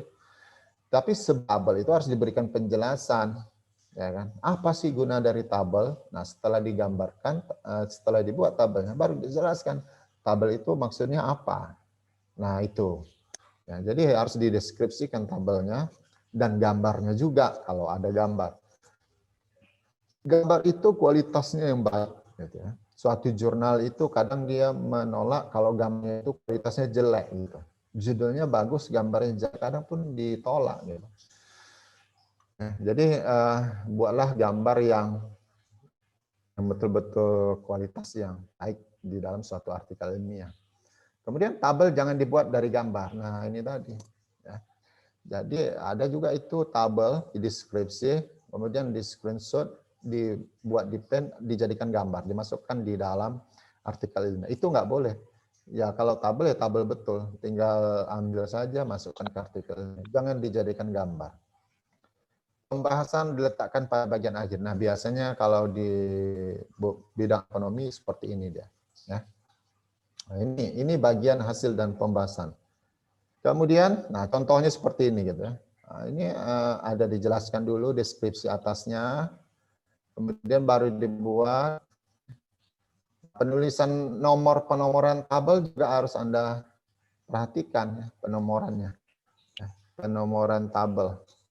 Jadi jangan Anda tinggal copy paste, dia tuh nggak dirubah lagi nomor tabelnya. Tabel 4.1 uji koefisiensi determinasi. Loh, nggak bisa begitu. Kalau deskripsi memang begitu penulisannya. Tabel 4.1 maksudnya bab 4 yang tabel pertama gitu. Kalau di artikel ilmiah nggak ada begitu. Dia langsung tabel 1, 2, 3, 4, 5 gitu. Nah, jadi seperti ini penulisan tabelnya. Nah, penulisan tabel deskripsi yang baik itu ya biasanya dijelaskan di tabel 2 uji koefisien determinasi menjelaskan pengukuran kemampuan satu model penelitian. Dijelasin nama tabelnya di bawahnya itu tadi gitu. Nah, kadang kan banyak di artikel ilmiah ataupun skripsi yang Anda buat, kadang ditulis hasil komisi terminasi dapat dilihat pada tabel di bawah ini. Nah, sebenarnya itu nggak boleh buatnya begitu gitu. Sebenarnya harusnya hasil uji dari koefisien determinasi dapat dilihat pada tabel 2 berikut ini. Dituliskan nama tabelnya, ya, dituliskan nama tabelnya. Itu maksudnya. Nah, kemudian begitu juga penjelasan di bawahnya nanti. Nah, ini tadi ya, dijelaskan. Nah, dijelaskan dari tabel. Nah, itu tadi yang saya maksudkan. Tabel, gambar, harus ada deskripsi awal, harus ada penjelas gitu. Kemudian kesimpulan. Kesimpulan kalau deskripsi biasanya hasil dari jawaban dari masalah yang Anda temui gitu. Nah, tidak jarang pembimbing menyampaikan kalau masalahnya ada 3, kesimpulannya juga 3 gitu. Karena jawaban dari masalah tadi.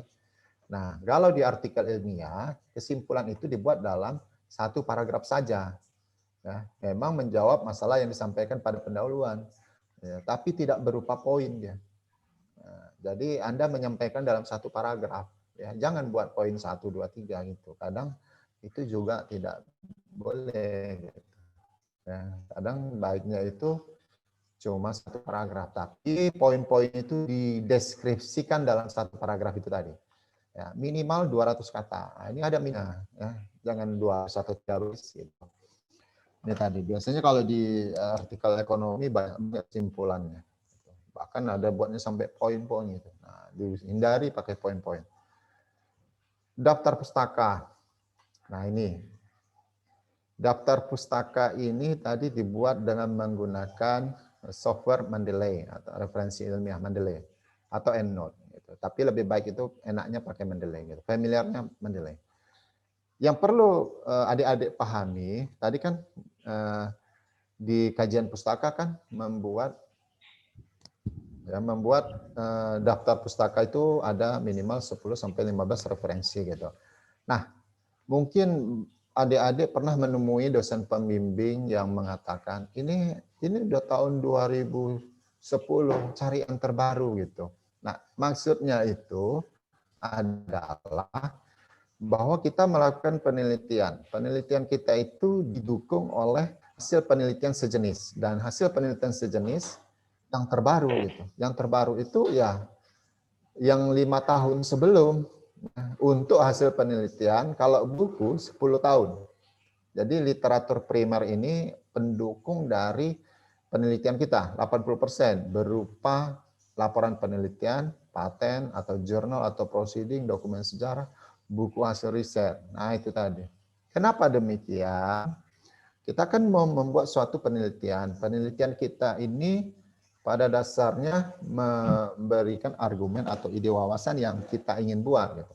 Kalau dibuat dari buku, kadang itu kurang baik. Ya. Dikuatkan dari buku. Karena buku itu kadang ada yang 2010, 2011, 2013. Gitu. Namanya buku teori. Pengembangannya kembang. Ya. Buku metodologi yang tahun 2010. Ada lagi buku metodologi tahun 2015. Ada lagi buku metodologi tahun 2018. Ada lagi buku metodologi 2020. Kalau dibaca-baca isinya, itu nggak jauh berbeda semuanya. Nggak jauh berbeda semuanya. Makanya itu literatur primer ini disarankan dari laporan penelitian atau proceeding atau jurnal. Gitu. Kenapa? Jurnal yang terbaru itu sangat mendukung sekali di dalam penyelesaian skripsi yang kita buat, penelitian yang kita buat. Nah, ini tadi ya, impact-nya itu sudah sangat baik sekali gitu. Karena dia yang terbaru, riset yang terbaru. Riset ini kan penemuan, ya. Riset ini kan penemuan, ya. Penemuan yang terakhir apa? Nah, itu yang ada riset lagi gitu. Jangan riset yang sebelum riset. Gitu. Kenapa? Yang riset-riset tahun 80-an, tahun 70-an udah nggak dipakai lagi karena sudah diperbaiki dengan yang keterbaruan saat ini. Makanya itu dikatakan 80% literatur primer, 20% literatur sekunder, 20% ini dari buku-buku, website yang dipercaya gitu, dan sejenisnya. Nah, jadi 20% ini ya buku yang biasanya kalau buku ini 10 tahun sebelum. Ya, kalau jurnal ini 5 tahun sebelum. minimal 10-15 referensi ini minimal ya. Jadi adik-adik membuat skripsi yang banyaknya 80 halaman. Tapi anehnya referensinya, daftar pustakanya cuma 5 dari buku. 5 buku. Nah, itu sebenarnya udah aneh kalau saya bilang. Kenapa? Kita mau buat 80 halaman. 80 halaman dibuat dari 5 buku. Sebenarnya nggak masuk akal itu. Ya, makanya itu minimal 10 atau 15 referensi. Bahkan lebih lagi gitu. Bahkan ada referensi bisa sampai 3 halaman sendiri gitu. Nah, ini tadi ya. Artinya semakin banyak kita membaca jurnal, artikel ilmiah ya, yang dipublikasikan dalam satu jurnal, semakin besar pemahaman kita, semakin meningkat wawasan kita terhadap apa yang kita teliti. Itu tujuan utamanya. Sebenarnya kita harus membaca-baca ilmiah. Kemudian gunakan referensi terbaru ini tadi. Dan terbaik itu yang mungkin dipublikasikan pada jurnal terakreditasi atau jurnal yang bereputasi baik. Nah, itu tadi. Nah, suatu naskah ilmiah itu, ini saya rangkum dari semuanya itu, ini tadi. Minimal 3.000 atau 6 halaman minimal. Ya, bisa lebihnya. Tapi jangan sampai 20 halaman. 20 halaman itu kasihan pengelola jurnalnya nanti. Ya kan? Bahkan dia saking banyaknya halaman, direject aja lah. Gitu. Ya, kenapa? 20 halaman itu capek juga ngeditnya. Itu tadi ya. Artikel terlihat gemuk itu maksudnya banyak deskripsinya, banyak pembahasannya. Kalau ada rumus, gunakan equation. Equation di Winword kan ada, itu rumus. Jangan pakai gambar. Gunakan tabel atau sumber tabel serta dideskripsi dengan jelas pada isi naskah. Artinya deskripsi tabel baik sebelum ataupun sesudah. Gambar memiliki resolusi yang baik. Perhatikan penggunaan tipe. Ini banyak tipenya. Indonesia banyak sekali tipenya. Titiknya di mana, komanya di mana, kadang nggak dilihat. Gitu. Gunakan parafrase. Ya, gunakan parafrase. Gitu. Kemudian parafrase tadi sudah saya jelaskan. Yang kita ubah dari ide yang sama. Yang kita rubah dari ide yang sama. Gitu. Tapi bukan yang sama persis yang ditulis gitu. Hindari sekali dan cek plagiasi. Nah, ini saya sarankan kepada Ibu Dekan dan jajaran pimpinan lainnya, coba memastikan bahwa skripsi yang dibuat oleh mahasiswa itu terbebas dari plagiasi. Artinya menghindari similarity. Kalau di tempat kami sudah berusaha menggunakan Turnitin untuk melakukan cek plagiasinya dan menghindari similarity-nya tinggi, minimal di bawah 40% gitu. 40% gitu. Bahkan ada yang sampai 15%. Misalnya seperti ini saya memiliki bimbingan ya, mahasiswa bimbingan. Nah, ini dia topiknya. Ini di bidang engineering ya. Di bidang engineering ini kalau halamannya ini sekitar ada nih 91 halaman. Ya, setelah diuji dengan similarity menggunakan Turnitin, ya, setelah pengujian menggunakan Turnitin, ini hasilnya gitu. Jadi kita memastikan dia jangan sampai di situ tertulis 60%, 80%, ya kan, bahkan 90%. Kalau udah 90% itu berarti skripsinya itu copy paste gitu. Menulis apa yang tertulis itu nggak boleh. Ya, nah untuk memastikan ini saja gitu. Ya, kenapa? Karena jangan sampai skripsi yang adik buat ya diklaim oleh orang lain bahwa itu adalah skripsi mereka dahulu. Ya, skripsi mereka dahulu, ide mereka dahulu yang tidak dipublikasikan pada universitas tertentu, nah, itu diklaim ke universitas Anda. Ya, diklaim dia ke Universitas Muslim Nusantara melalui Ibu Dekan. Selamat pagi Ibu Dekan. Di sini saya namanya ini berasal dari mahasiswa dari kampus XYZ. Di sini saya menginformasikan bahwa setelah saya lihat di repositori UMN terdapat suatu skripsi dengan judul ini, di mana skripsi itu telah saya buat sebelumnya di tahun 2009 misalnya. Waduh, Itu Bu dekannya langsung bingung itu. Manalah mahasiswa ini. Kenapa? Itu kalau diajukan ke Dikti, itu gelar mahasiswa itu bisa dicopot itu. Anda yang sarjana ekonomi itu bisa ditarik itu. Sarjana ekonominya bisa ditarik, jadi nggak bergelar jadinya. Mungkin adik-adik pernah mendengar di universitas yang menyelenggarakan program S3 itu doktornya jadi hilang gitu gara-gara itu tadi disertasinya itu plagiat. Nah, hindari seperti itu gitu. Karena itu mencoreng citra kampus. Gitu. Hindari typo, kemudian referensi yang terbaru, sesuaikan. Nah, ini yang paling penting. Sesuaikan dengan artikel jurnal atau template. Nah, oke, tools yang sebenarnya wajib adik-adik miliki itu, tools yang wajib dimiliki adalah Mendeley. Ya. Mendeley ini gratis, tinggal di-download.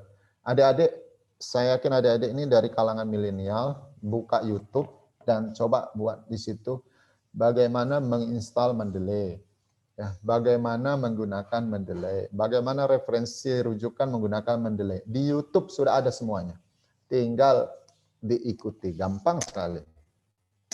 Gampang sekali Mendeley.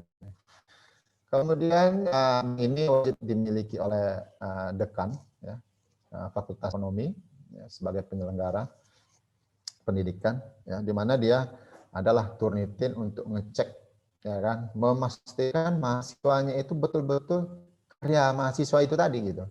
Jangan sampai ada masalah di kemudian hari gitu. Nah itu tadi, ya kan. Kalau Grammarly ini untuk bahasa Inggris biasanya. Oke. Nah, kita kan tadi udah membuat artikel ilmiah. Di mana tempat publikasinya? Tempat publikasinya bisa adik-adik lihat di dua tempat ini bisa. Sebenarnya banyak, tapi saya menyarankan dua tempat ini aja. Misalnya saya klik ini garuda-ristekbrin.go.id. Adik-adik ada kewajiban untuk publish artikel ke suatu jurnal. Adik-adik bingung. Loh, di mana jurnalnya? Kemana publisnya? Nah, bisa di Garuda ini, ristekbrin.go.id, jurnal.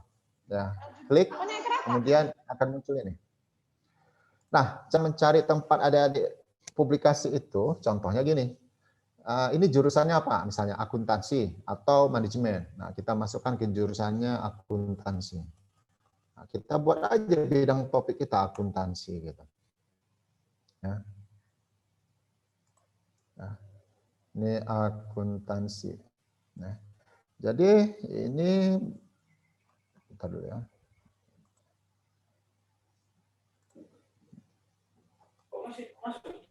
Coba manajemen. Oh, lagi proses. Lama sekali. Waiting for.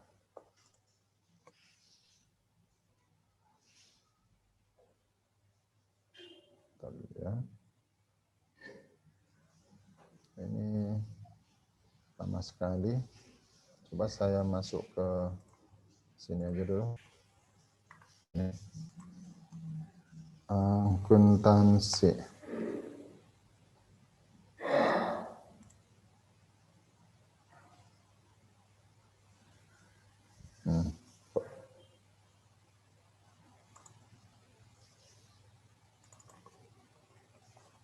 Dulu ya, waiting.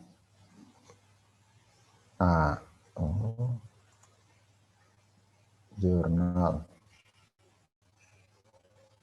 Ini jurnal akuntansi, ya, bisa dilihat di sini. Ini sepertinya ada terjadi ke apa? Waiting saja di ristek. Kita coba tes yang di Sinta 2. Sinta 2 jurnal yang terakreditasi. Tadi disampaikan publisnya ke jurnal terakreditasi. Nah, ini bisa. Bisa di sini dicari. Ini jurnal manajemen. Nah, kalau untuk adik-adik ya, jangan masuk ke yang jurnal S1 gitu. Ya, jangan masuk ke jurnal yang S1. S1 itu Sinta 1 itu ketat sekali. Masuk aja ke Sinta 5 misalnya. Ini jurnal Sinta 5 ya. Misalnya manajemen. Ya, jurnalnya Sinta 5 tapi manajemen. Nah, seperti ini. Nah, ini kita buka di tab baru, coba.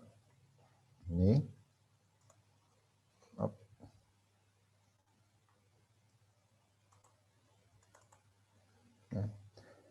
Lihat setelah tadi kita klik judulnya, lihat di sininya ya, adik-adik. Ini kan ada websitenya ini, diklik websitenya. Nah ini dia artikelnya di sini, publisnya di sini nanti misalnya.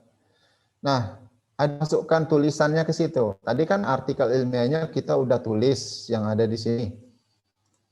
Nih, ini udah kita tulis ini, ya, sesuai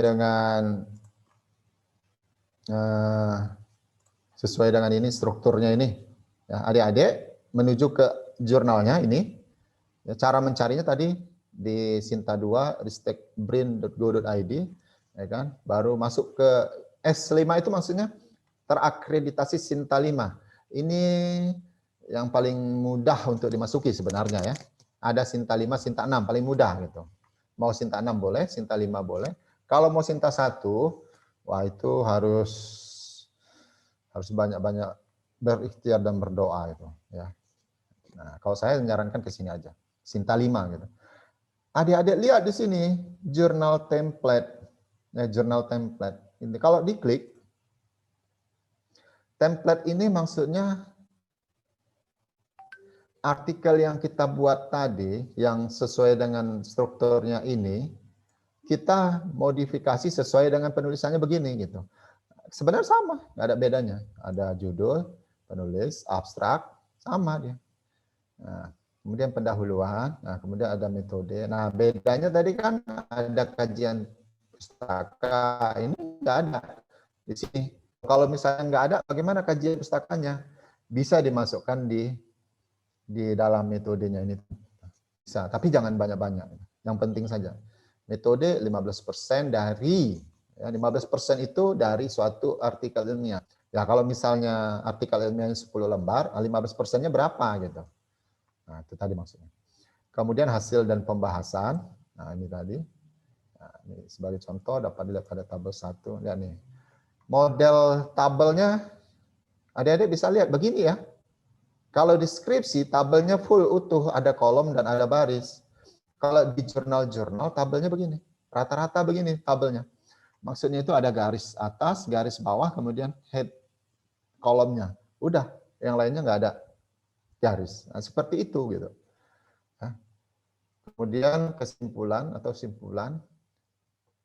Nah, kemudian daftar pustaka. Ya, pustaka, inilah dia.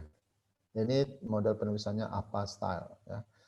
Lihat di sini diarahkan pakai Mendeley, ya, diarahkan. Jadi artinya kadang artikel ilmiah yang adik-adik buat itu tadi bisa ditolak oleh editor jurnal. Kenapa? Karena nggak ditulis pakai Mendeley. Ya itu tadi. Karena bikin repot itu nantinya bagi pengelola atau editor. Atau artikel yang adik-adik buat itu tidak sesuai dengan template-nya begini. Nah, itu pun juga ada ditolak gitu. Ya. Nah, tadi yang saya bahas tadi kan struktur dari artikel keseluruhan. Kalau mau publis, ya masukkan lagi ke jurnalnya tadi gitu. Nah, jadi itu tadi ya. Jadi sangat sangat memberikan kemudahan ya. Jadi tadi kan tinggal diklik aja di sini. Nanti slide-nya saya berikan kepada Bu Yayu, tinggal klik aja Garuda atau apa. Kita pilih S5, kemudian kita pilih jurnalnya apa. Nah, ini jurusannya akuntansi, misalnya ketikkan akuntansi. Inilah dia jurnal-jurnal akuntansi. Kita klik jurnal akuntansinya. Lihat di sini websitenya. Websitenya apa? Ini klik. Nah, inilah dia website dari artikel ilmiah. Jadi jangan bingung nanti Ibu Dekan menyampaikan wajib dipublish ke jurnal. Oh, jurnalnya kayak mana carinya? Di mana carinya? Oh, jangan bingung. Ya, di sini udah ada semuanya di Sinta2 Ristek Dikta pun di Garuda. tinggal diklik aja website jurnal. Nah, adik-adik lihat di sini, ada nggak di sini template-nya? Ya, biasanya ada template-nya. Ya, template. Kalau kemudian template, adik-adik lihat aja dari judulnya ini kita klik, kemudian klik PDF-nya. Ya, di jurnalnya itu kan diklik, ini ada PDF-nya ini, klik PDF-nya. Nah, lihat model penulisannya. Nah, nih, model penulisannya diikutin. Nah, kan tidak jauh berbeda kan? Tidak jauh berbeda. Nih, lihat, tidak ada poin-poin. Jadi jangan pakai poin-poin. Nah, ini telah teori ini sama dengan kajian pustaka atau ulasan literatur, ya kan? Landasan teori gitu. Nah, ini baru kemudian ini hipotesis kerangka. Ya. Kemudian metodologinya diikutin ini, ya, baru hasil dan pembahasan ya, diikutin. Nah, ini ada deskripsinya, ada gambarnya, ada penjelasannya, sampailah dia pada referensinya. Ya. Nah, ini referensinya, pakailah mendelay. Nah, itu tadi. Ya. Jadi bagaimana mensubmit jurnalnya? Mensubmit jurnalnya pun sebenarnya misalnya daftar dulu atau register. Ya, nah, ini. Ya, adik-adik isikan aja di sini. Contoh misalnya ini misalnya kita isi ya. Misalnya mesran. Kata sandi mesran juga. Ulangi mesran juga. Nama depan mesran, nama belakang mesran. Ya, ini sesuaikan dengan nama adik-adik juga ya. Kemudian afiliasinya Universitas Budi Dharma Medan. Oke, emailnya misalnya mesran, ini saya buat email.com. Misalnya konfirmasi ini juga. Kemudian diklik ini ya, penulis. Autor ini maksudnya. Ya, diklik. Ya, autor ini artinya kita mau mensubmit artikel. Baru kemudian kita klik daftar. Nah, ini tadi. Udah masuk ke dalam jurnalnya. Ya. Kita sebagai penulis ini. Baru kemudian penyerahan naskah baru. Ini maksudnya kita serahkan naskahnya. Bagaimana caranya? Ya, diisikan aja. Nih. Klik, klik, klik, klik, klik. Misalnya seperti ini. Ini harus dicek semuanya. Kemudian disimpan. Nih. Nah, unggah naskahnya. Ya, diunggah di sini artikel ilmiahnya. Ya, adik-adik punya artikel ilmiah, diunggah di sini. Klik choose, pilih artikel ilmiahnya. Yang mana? Ya kan? Nih. Oke, kemudian setelah ini saya iseng-iseng aja ya. Ya, saya iseng-iseng aja. Anggap sudah ada. Anggap sudah ada, kita unggah. Kemudian klik simpan lanjutkan. Ini sudah kita unggah ya, ini iseng-iseng aja. Anda yakin? Yakin, oke. Kok kosong Pak? Udah biarin aja, nggak apa-apa. Nah, ini ulangi lagi. Nah, kalau ada penulis yang kedua, tiga, klik lagi tambah penulis. Nah, judul artikelnya apa gitu. Misalnya, ini misalnya ya, saya cari contohnya ini.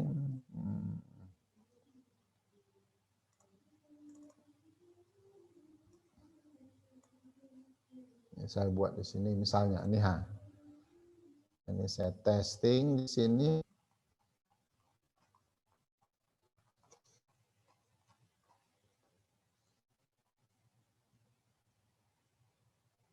Abstrak.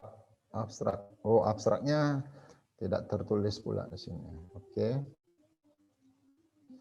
Abstrak ini misalnya saya buat aja begini gitu. Ini ya, ini jangan diikutin ya. Ini karena saya nggak ada contoh abstrak pula. Oke, nanti ini abstrak ya. Oke. Kemudian kata kunci. Ini kata kuncinya apa? Ini ditulis ini panduannya nih. Ya, kemudian referensinya apa? Dipastikan di sini. Kemudian simpan. Ya. Adakah suplemen yang perlu ditambahkan? Tidak ada. Lanjutkan. Ya. Oke, penyerahannya ada lagi. Oke, konfirmasi selesai. Ya. Ya, oke ini. Nah, saya sudah mensubmit satu artikel ilmiah. Begitu. Cukup mudah kan? Cukup mudah untuk mensubmitnya. Yang sulit itu membuat artikelnya, mengkonversikannya. Nah, kalau bingung itu dia payahnya. Kalau mensubmitnya gampang sekali gitu. Ini kan ada statusnya gitu. Nah ini tadi. Jadi jangan khawatir, ini tidak ada masalah. Nanti ini palingan di-reject juga karena tidak lengkap. Ini kan hanya sebagai contoh. Ya. Nah ini.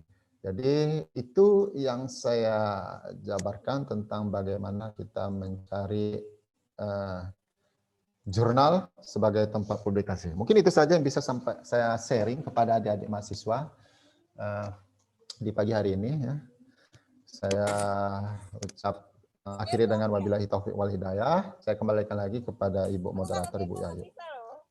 Terima kasih sekali Pak. Sungguh menarik pemaparan materi dari Bapak, ya, sangat mendetail dari mulai awal sampai terakhir. Ini sangat mendetail sekali sampai diberikan cara ini ya, penulisan, lalu langkah-langkah bagaimana menggunakan software. Nah, mohon izin Pak, ini ada beberapa pertanyaan dari mahasiswa. Bisa saya bacakan untuk pertanyaan yang pertama. Assalamualaikum warahmatullahi wabarakatuh. Kepada Bapak Mesran, saya Khairul Anwar Lubis ingin bertanya, di dalam perjurnalan skripsi atau karya ilmiah, misalnya judul serta tempat riset penelitian, sama dengan mahasiswa lainnya, apakah itu bisa dijurnalkan, Pak? Mohon penjelasannya. Ini langsung dijawab, Bu. Silahkan, Pak. Mohon langsung dijawab. Baik ya, anak penanya Khairul Anwar Lubis, mahasiswa semester 8 Prodi Manajemen ya. Jadi di sini karya ilmiah skripsinya itu tempat riset penelitiannya itu sama dengan mahasiswa lainnya. Apakah itu bisa dijurnalkan? Ya, saya jawab bisa. Dan apakah nanti langsung otomatis ada tanda judul ini sudah dijurnalkan? Ada. Ya, ini saya contohkan di sini ya. Saya share-kan, izin share screen kembali. Ini saya tadi saya meminta contoh skripsi dari UMN atas nama Yulandari, ya ini akuntansi tahun 2020. Nah, saya mencoba melihat isinya tadi ya. Kemudian ini saya coba cek pakai Turnitin tadi. Ini apakah dari skripsi yang kita buat itu bisa terlihat itu pernah dijurnalkan atau tidak? Dari sini terlihat. Ya.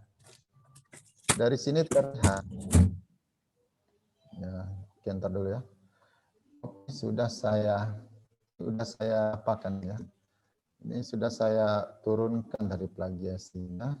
Coba saya ambil yang dari sininya ya, PDF aslinya. Nah, kalau dia sudah dijurnalkan, dia tingkat similarity-nya tinggi, ya, Khairul. Artinya apa? Skripsi ini sudah dijurnalkan. Loh, di mana ini dijurnalkan? Lihat di sini.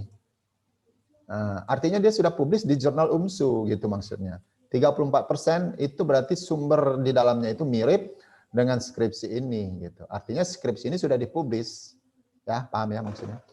Jadi saya ngecek ini karena dia sudah dipublis, similarity-nya tinggi. Tidak dibilang plagiat ya.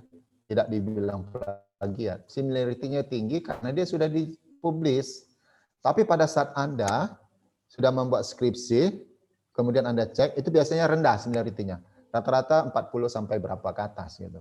Dan diperbaiki lagi bisa sampai 13 atau 20 misalnya. Nah, tadi kan dikatakan bagaimana melihat bahwa kalau skripsi ini sudah dijurnalkan, itu bisa dilihat di pengujian skripsi tadi, similarity-nya. Dari sini kan terlihat ini sudah ada di UMSU gitu. Bahwa skripsi atas nama Yulandari ini sudah publis di UMSU. Nah, itu tadi ya. Jadi Oke, materi nanti di-share kepada Ibu Yayu selaku moderator. Ya kan? Oke. Nah, itu Bu, silakan kembali. Baik Pak, lanjut ke pertanyaan kedua. Ini dari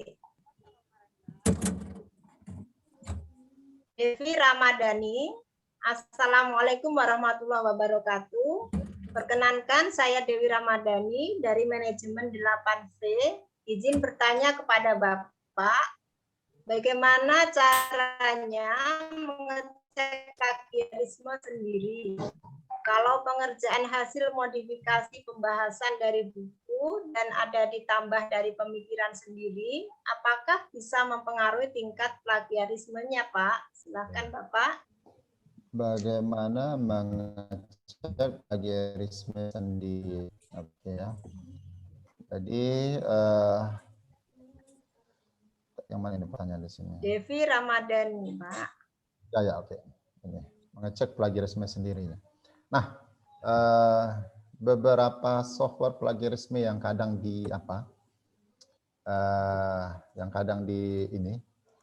dimiliki oleh beberapa peneliti itu, yang pertama tadi kan Turnitin.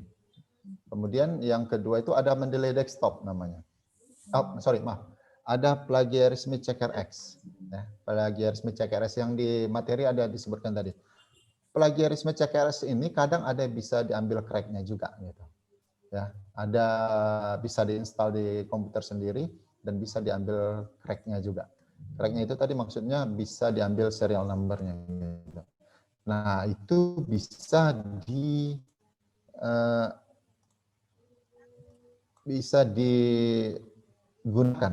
digunakan untuk adik mahasiswa gitu. Atau adik-adik mahasiswa bisa cek di Google, coba di situ buat kata kuncinya pengecekan plagiarisme. Nanti ada website yang menyediakan materi tentang itu tadi, link-link untuk pengecekan plagiarisme sendiri. Tapi saya menyarankan sebaiknya jangan gitu. Kenapa? Ini begini, sama halnya dengan Anda menyerahkan karya Anda kepada website yang tidak dipercaya. Sehingga apa? Karya Anda bisa saja nantinya dipersalahgunakan. Nah, itu tadi. Ini sebagai contoh ya. Saya menggunakan Turnitin. Nah, kendala dosen ya, kalau dia menggunakan Turnitin ini tidak dihapusnya di repositori Turnitin. Kalau diceknya sampai kedua terindikasi plagiat dibilang. Maksudnya terindikasi plagiat. Hasil pengecekan sebelumnya masih tersimpan. Tidak bisa dihapus. Itu kendalanya. Itu yang jadi beban bagi dosen yang kalau dia menggunakan Turnitin yang tidak bisa menghapus repositori yang di Turnitin itu tadi. Sehingga pada saat naskah itu nantinya dipublis oleh jurnal, editor jurnal itu ngecek pakai Turnitin juga. Loh, ternyata naskahnya sudah ada dicek di Turnitin. Itu sama halnya tadi di awal kan saya bilang, kalau Anda buat skripsi dimasukkan ke repositori, kemudian skripsi dibuat artikel ilmiah, terus editornya bilang,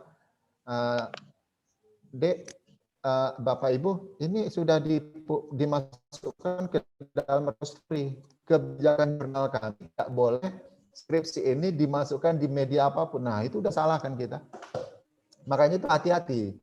Kita menyerahkan materi kita kepada pihak yang tidak bertanggung jawab. Kalau ke universitas itu wajib, gitu ya kan?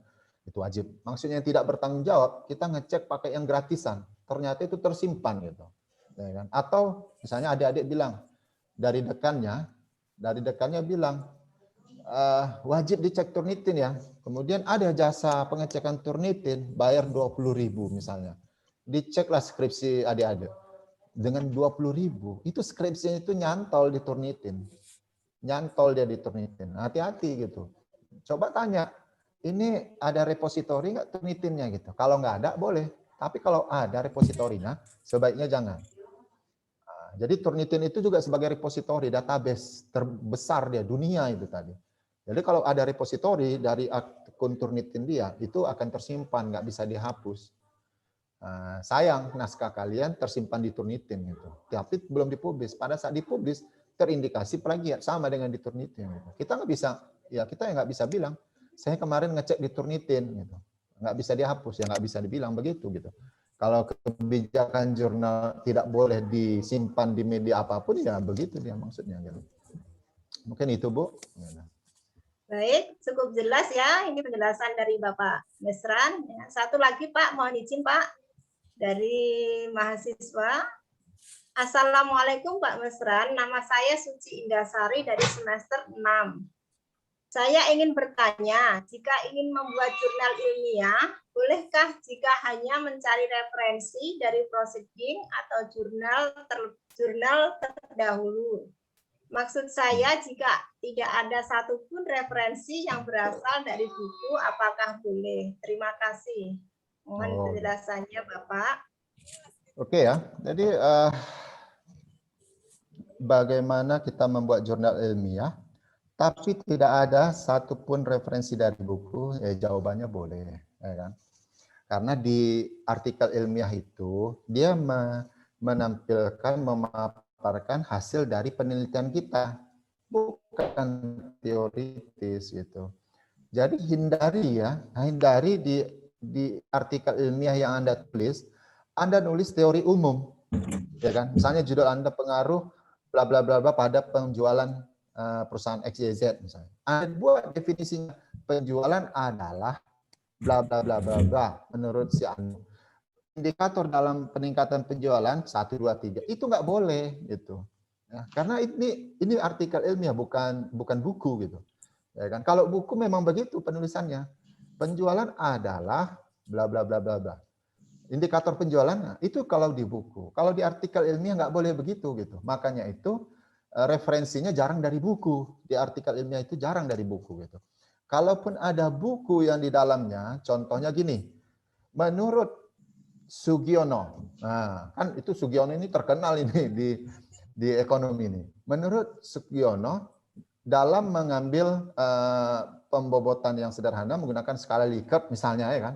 Nah, kan skala Likert itu kan di ekonomi juga banyak digunakan. Di mana 0 1 2 3 di tabel kan ada itu, buat tabel, buat skala Likert 0 1 2 3 4 5, kemudian sumbernya Sugiono. Cuma itu saja. Nah, tapi tidak dijelaskan yang lain-lain lagi gitu. Namun banyak artikel ilmiah yang membahas begini. Teknik pembobotan yang digunakan di dalam penelitian ini menggunakan skala Likert dalam kurung Sugiono 2010 misalnya gitu. Nah, jadi disebutkan dia skala Likert 2010. Jadi itu bukunya, tapi nggak perlu disebutkan skala Likertnya. Kenapa? Saya yakin orang ekonomi udah paham skala Likert itu apa. Nah, itu tadi. Jadi hal-hal yang bersifat umum sebenarnya nggak usah ditulis di artikel ilmiah, tapi isi dari apa yang kita teliti itu yang ditulis gitu. Mungkin itu saja. Jadi boleh hanya dari proceeding, referensi, jurnal dari yang terdahulu, tapi cari yang terbaru gitu. Yang 5 tahun sebelum biasanya. Mungkin itu Bu yang bisa saya sampaikan. Terima kasih Pak atas jawabannya. Mungkin saya cukupkan untuk pertanyaan dari chat room. Apakah dari adik-adik mahasiswa yang ingin bertanya langsung? Silahkan raise hand.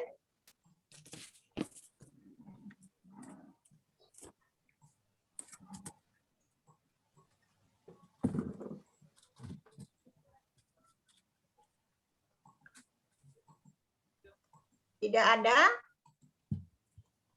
Baik, kalau memang sudah merasa jelas dan alhamdulillah penjelasan Bapak tadi sangat mendetail, ya, mudah dipahami oleh mahasiswa. Ya. Baik Pak. Ya. Terima kasih. Ya. Hadirin sekalian, dari diskusi yang terjadi pada sesi tanya jawab bisa kita simpulkan bahwasanya tips dari penulisan naskah ilmiah yang sudah dipaparkan oleh Bapak Mesran tadi, diantaranya minggu atau 6 halaman artikel ya, atau 6 halaman ini untuk artikel. Jika menulis rumus, gunakan equation, lalu gunakan tabel dan sumber tabel serta di deskripsi dengan jelas pada isi naskah. Gunakan gambar yang memiliki resolusi baik dan menjelaskan gambar pada isi naskah. Perhatikan penggunaan titik, koma, tanda baca lainnya. Lalu lakukan parafrase, hindari dan cek plagiasi, hindari typo, referensi terbaru dan bereputasi, minimal 10-15 referensi. Dan yang terakhir, sesuaikan dengan naskah artikel atau template. Mudah-mudahan kita dapat berkontribusi dalam ilmu pengetahuan dengan publikasi-publikasi kita, yaitu kita niatkan untuk syiar ekonomi tidak hanya sekedar sebagai syarat kelulusan. Jadi motivasi apa yang akan kita tulis tentunya dibaca orang lain, dan kita pun yang menulis akan mendapatkan kesenangan dan tentunya ajariah. Kurang lebihnya mohon maaf. Sebelum diakhiri, mohon Bapak Mesran memberikan closing statement untuk acara workshop pada pagi hari ini. Silahkan Bapak. Baik, ya, terima kasih. Terima kasih yang saya ucapkan kepada UMN, Universitas Muslim Nusantara Al-Wasliyah. Terima kasih kepada Ibu Dekan, Ibu Dr. Anggia Sari Lubis, Ibu Wakil Dekan, Ibu Ratna Sari Dewi, dan jajaran pimpinan dari Fakultas Ekonomi. Jadi di sini bahwa di dalam penulisan artikel ilmiah itu sebenarnya sangat penting sekali ya untuk mengaktualisasikan diri kita ya adik-adik. Adik itu di kalangan bukan hanya di kalangan akademik, tapi adik-adik itu di kalangan mahasiswa di mana dia memiliki pemikiran yang berkembang dengan pemikiran-pemikiran ilmiah. 1 tahun pertama, 2 tahun pertama, 3 tahun pertama, 4 tahun itu pola pikirnya itu berdasarkan ilmiah gitu. Jadi masa sih nggak ada satupun karya ilmiah yang bisa kita buat gitu. Nah itu tadi. Jadi kalau saya bilang tadi bahwa Ibu Dekan menyatakan bahwa itu peraturan dari pemerintah yang saat ini dijadikan peraturan di UMN, sebaiknya di semester 5, semester 6 adik-adik udah menulis artikel ilmiah gitu. Fokuskan kepada bidang apa yang mau diteliti nanti. Karena kita itu sebenarnya seorang peneliti, researcher kita. Ya kan? Kita itu seorang peneliti. Nah, kenapa saya bilang demikian? Apakah bagus di pertemuan awal sampai di tahun ketiga kita cuma membahas teori-teori saja gitu. Kita cuma dijejali dengan teori, tidak pernah kita diarahkan untuk penelitian kita. Kenapa? Kita nanti waktu implementasikan ilmu kita di luar sana, ya kita dari hasil yang kita kita miliki juga. Makanya itu artikel ilmiah ini sebagai suatu bukti aktualisasi Anda selaku mahasiswa di lingkup akademi atau universitas. Jadi jangan sampai takut dengan adanya suatu aturan tersebut, karena aturan itu dari 2012 sudah ada gitu. Itu sebagai motivasi buat kita semua, buat adik-adik, untuk menyatakan bahwa oh inilah dia tulisanku, inilah dia karyaku gitu. Bukan hanya skripsi saja yang tersimpan di perpustakaan. Mungkin itu Bu, closing statement dari saya. Terima kasih saya ucapkan kembali kepada UMN yang telah memfasilitasi acara ini. Baik Bapak, terima kasih.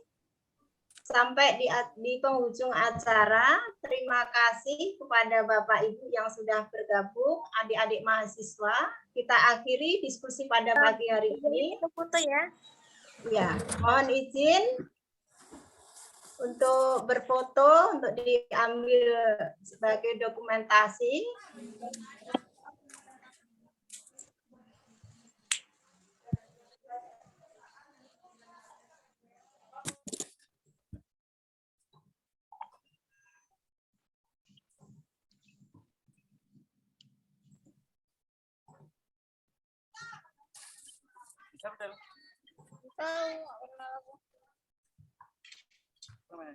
Winda Maharani.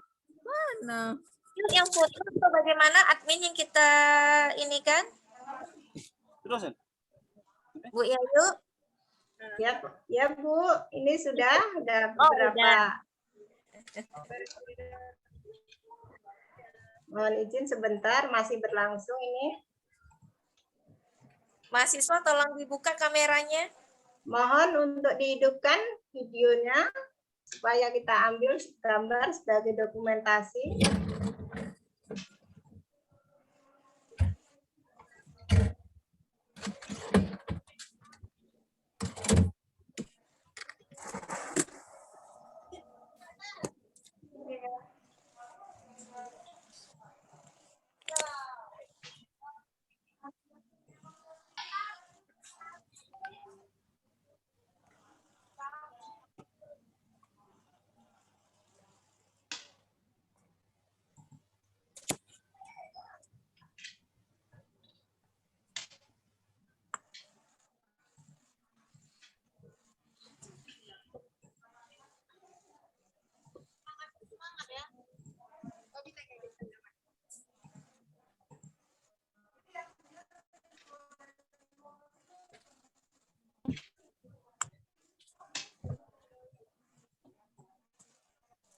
Bisa Bu Yayu?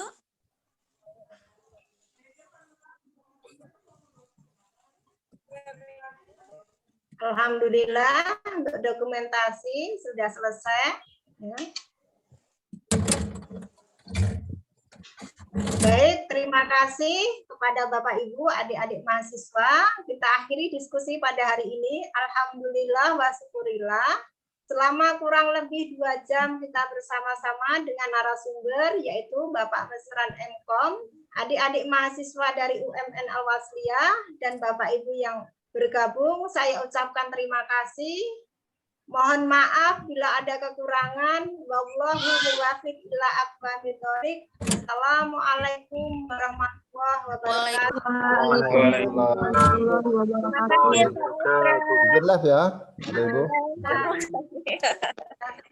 Adik-adik mahasiswa yang sudah Terima kasih Ananda sekalian sudah mengikuti kegiatan ini. Terima kasih Bu Yayu. Sama-sama Bu Ratna. Salam sehat selalu untuk semuanya. Amin, amin ya rabbal alamin. Saya izin live ya Bu ya. Silahkan Bu Ratna. Assalamualaikum. Waalaikumsalam warahmatullahi wabarakatuh.